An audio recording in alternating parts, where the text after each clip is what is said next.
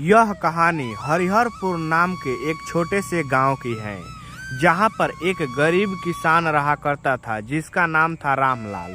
रामलाल को इस दुनिया में उसकी बेटी मीरा के अलावा और कोई भी नहीं था। अभी कुछ महीने पहले ही रामलाल के पत्नी का देहांत हो गया था एक बड़ी बीमारी के कारण। उसकी पत्नी के देहांत के बाद अब उसकी बेटी मीरा का परवरिश और घर का गुजारा अकेले ही करना पड़ता था। रामलाल के पास एक छोटा सा खेत था जिसमें वो कड़ी से कड़ी मेहनत करके अपने और अपनी बेटी के लिए जरूरतें सामान पूरे करता था। यह उस समय की बात है जब गांव में भयंकर सूखा पड़ा था और उस सूखा पड़ने के कारण गांव वालों को सारे फसलें बर्बाद हो चुकी थी। फसल बर्बाद होने के कारण रामलाल के पास कमाई का और दूसरा कोई रास्ता नहीं था और जो बचे खुचे पैसे थे वो भी अब खत्म हो चुके थे और पैसे की परेशानी के वजह से रामलाल कुछ महीनों से अपनी बेटी मीरा के स्कूल का फीस भी नहीं भरा था। इसी परेशानी की वजह से रामलाल अपने घर के बिस्तर पर बैठा रहता है। उसे परेशान देखकर उसकी बेटी मीरा वहां पर आती है और बोलती हैं, पिताजी आज आप बहुत परेशान दिख रहे हैं, कोई परेशानी है क्या? नहीं बेटी, कोई भी परेशानी नहीं है, बस ऐसे ही बैठा हूँ।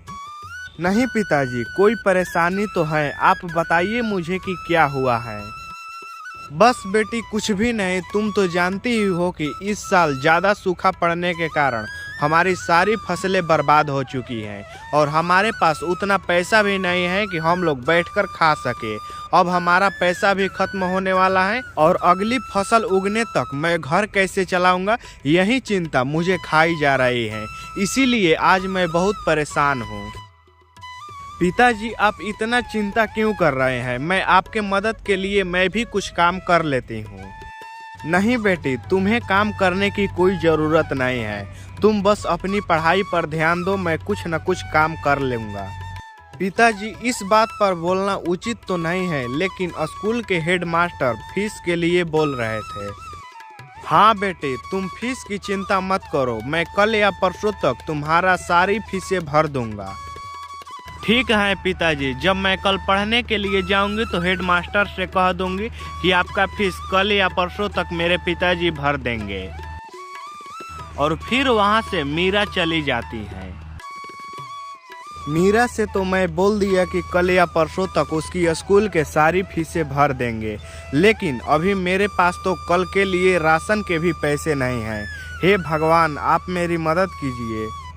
इसी चिंता की वजह से रामलाल अपने घर में इधर से उधर टहलने लगता है और टहलते टहलते अचानक से रुक जाता है।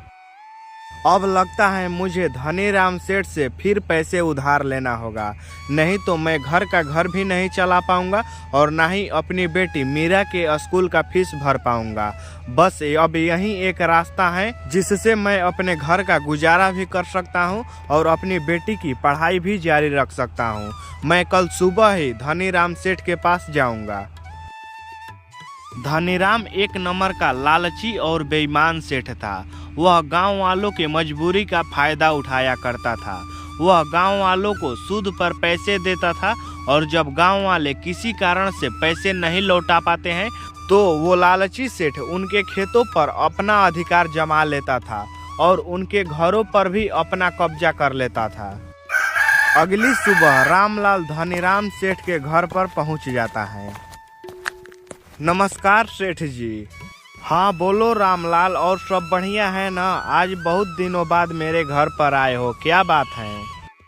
सेठ जी आप तो जानते ही हैं कि इस साल सूखा पड़ने के कारण इस साल की सारी फसलें बर्बाद हो चुकी हैं और मुझे फसल उगाने के अलावा और कोई काम करने भी नहीं आता और इस समय ये नौबत आ गया है मेरे ऊपर कि मेरे पास घर चलाने का भी पैसा नहीं बचा है। इसीलिए सेठ जी मैं आपके पास आया हूँ कि यदि आप हमें कुछ पैसे की मदद कर देते तो अच्छा होता। मेरे घर का गुजारा भी चलने लगता और मेरी बेटी की पढ़ाई का फीस भी भर देता। मैं आपका पैसा धीरे धीरे करके सारी पैसे चुका दूंगा सेठ जी।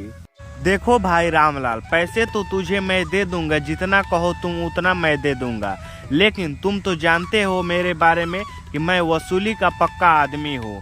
यदि तुम मेरे पैसे मेरे कहे अनुसार नहीं लौटा पाते हो तो तुम्हारे खेत पर भी मेरा अधिकार होगा और साथ ही साथ तुम्हारे घर पर भी मेरा अधिकार होगा।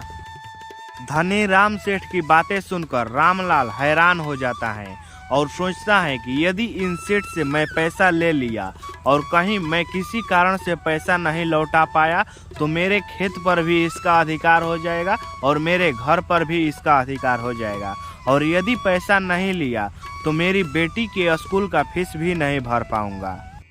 क्या हुआ रामलाल, तुम क्या सोच रहे हो? तुम्हें पैसे चाहिए या फिर नहीं? चाहिए सेठ जी, अभी मुझे इन पैसों की बहुत जरूरत है। धनी राम सेठ अपनी जेब से पैसे की थैली निकालता है और रामलाल को दे देता है। धन्यवाद सेठ जी, मेरे पास जैसे जैसे पैसे आएंगे वैसे वैसे मैं आपका पैसा लौटाता रहूंगा। ठीक है, वो पैसा तो तुम लौटाते रहना, लेकिन याद रखना यदि तुमने ये पैसा समय से नहीं लौटाया तो तुम्हारी खेत पर और तुम्हारे घर पर मेरा अधिकार होगा। ठीक है सेठ जी। और फिर रामलाल वहां से चल दिया। रामलाल अपने घर पर जाकर सबसे पहले अपनी बेटी मीरा को बुलाता है। मीरा बेटी, यहाँ आना तो जरा। पिता की आवाज सुनते ही मीरा वहाँ पर तुरंत आ जाती हैं। हाँ बोलिए पिताजी, आपने मुझे बुलाया क्या?